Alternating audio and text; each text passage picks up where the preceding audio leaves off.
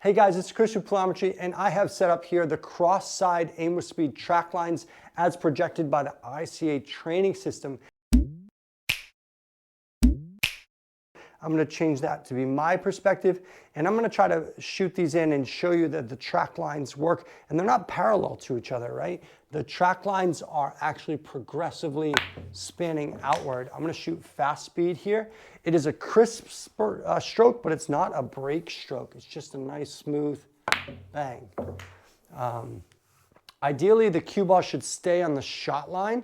If the cue ball ventures way off the shot line, you've made a mistake and you've cut the ball. You can get away with a little bit, but you know, not that much. And in fact, I'm expecting with my amateur stroke to make a mistake. Do you see that? Do you see how the cue ball really slid out? Which means I cut the ball and I threw the ball that way, which messed up the shot line.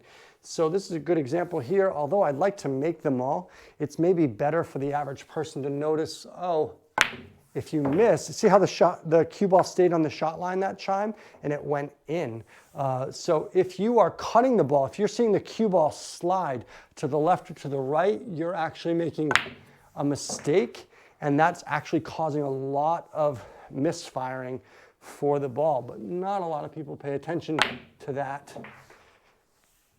And can I get this last one? Of course, this one's trickier, but it can go. Let me try again. I seem to never get this one the first time. I almost have to like really pay attention. You know what it is? I feel like I never look down at the shot line, but if I stand up and look over the top of it and really get a better sense of aim, yeah, it goes. One thing to really point out is you should notice that the track lines are not parallel. A lot of people talk about parallel shifts, and I've said a lot about this in the past, but let's say the ball is out in this spot. You would not want to just parallel shift over the top. In fact, notice I'm parallel to this line, but notice if I keep going, that parallel shift is actually making an X with the next track line. It's way off. You want to actually think about a point off the table, a vanishing point, and you want to sort of rotate around that point like the hand of a clock or the radius of a circle. So I would guess I would actually bend onto this track line more like this. I think this is going to pocket fast speed.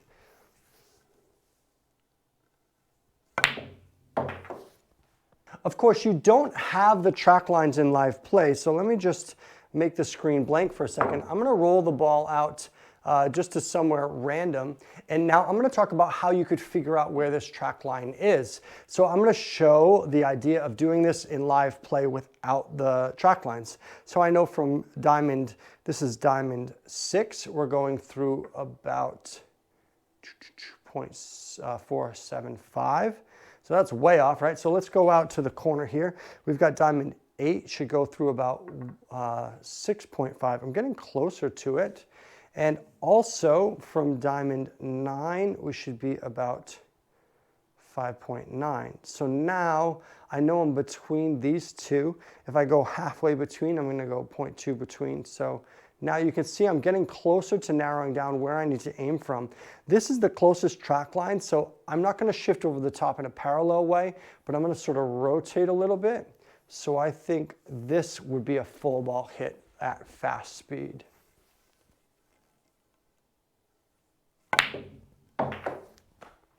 Now here I have my medium speed cross side pattern set up from your perspective. I'm going to change it over to my perspective.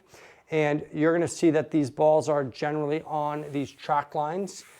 I don't know why I want that to look better, but we're going to try medium speed to pocket these and see how I do.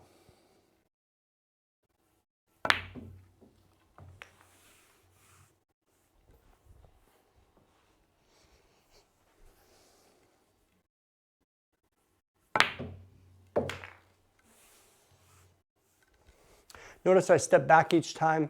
I'm trying to do some sort of a pre-shot routine instead of just slapping away at the balls. I have an amateur stroke, so I need to really think about everything I do, because if you put unintended spin on the ball, you're going to mess up.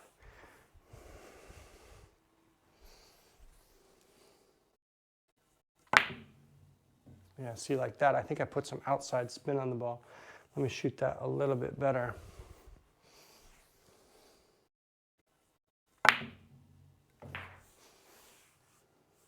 So this is medium speed. It's kind of a mid-range, just like a nice, let your stroke out a little bit. It's not powerful, but it's not slow. Medium speed. This one's tough to do because you're so close in. I got it anyway.